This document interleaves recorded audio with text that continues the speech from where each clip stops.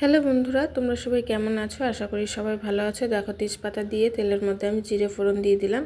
সিদ্ধ করে রেখেছি আলু, সেই আলুগুলো আমি দিয়ে এবার ভালো করে ভেজে নেব। এটা নতুন আলু, আমি বাজারে দেখেছিলাম তাই কিনে এনেছি। আগের দিন তোমাদের সাথে শেয়ার করেছি নিরামিষ, আজকে তোমাদের সাথে শেয়ার করব আমিষে। দেখো, আমি নুন দিয়ে দিলাম। নুন দিয়ে সামান্য হলুদ দিয়ে আমি কিন্তু এটাকে ভালো করে ভেজে নেব।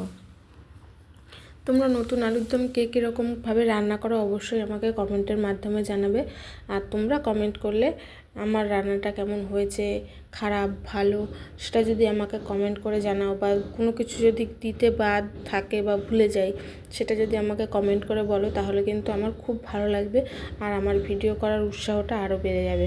ভালো লাগলে অবশ্যই যারা ইউটিউবে দেখছো তারা সাবস্ক্রাইব করে দেবে, যারা ফেসবুকে দেখছো তারা সাবস্ক্রাইব করে ফলো দিয়ে পাশে থাকবে।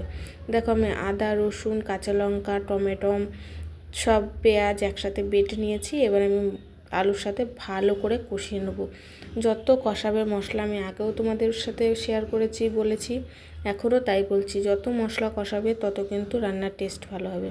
দেখো কত সুন্দর কষে তেল উঠে এসছে, তাও আমি একটু কষাতে থাকবো। সামান্য চিনি দিয়ে দিলাম স্বাদের জন্য। তোমরা চিনিটা দাও কি না জানি না, যদি দাও স্বাদের জন্য খুবই ভালো, আর যদি না দিয়ে থাকো তাহলে কোনো দরকার নেই, স্কিপ করতে পারো। আমি চিনিটা একটু প্রেফার করি, আমার ভালো লাগে। চিনিটা দিলে একরকম স্বাদ হয় যেমন তেমন, প্লাস কালারটা খুব সুন্দর হয়। দেখো, আমার কষানো হয়ে গেছে, আমি জল দিয়ে দিলাম।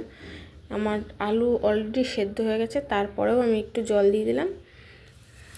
জলটা ফুটে উঠলে, দেখো ফুটে ওঠার অপেক্ষা করছি, দেখো ফুটে উঠেছে। আমি একটু গরম মশলার গুঁড়ো দিয়ে দিলাম। আজকে আর বাটিনি, কারণ হাতে প্রচণ্ড পরিমাণ ব্যথা, যার কারণে আমি গরম মশলাটা বেটে দিইনি। তোমরা চেষ্টা করবে যে গরম মশলাটা বেটে দেওয়ার, তাহলে কিন্তু স্বাদটা আরও বেড়ে যাবে। দেখো, আমার তরকারি প্রায় হয়ে গেছে। আমি এবার উপর থেকে এর মধ্যে একটু ধনেপাতা ছড়িয়ে দেবো, যাতে গন্ধটা আরও ভালো লাগে। আর নতুন আলুর দম মানে তো ধনেপাতা মাস্ট দিতেই হবে। শীতকালে ধনেপাতা সব কিছুতেই ভালো লাগে। দেখো, আমার কিন্তু তরকারিটা এবার আমি নামিয়ে নেব। দেখো, নামানো হয়ে গেছে, কত সুন্দর কালার এসছে আর কত দেখতে ভালো লাগছে।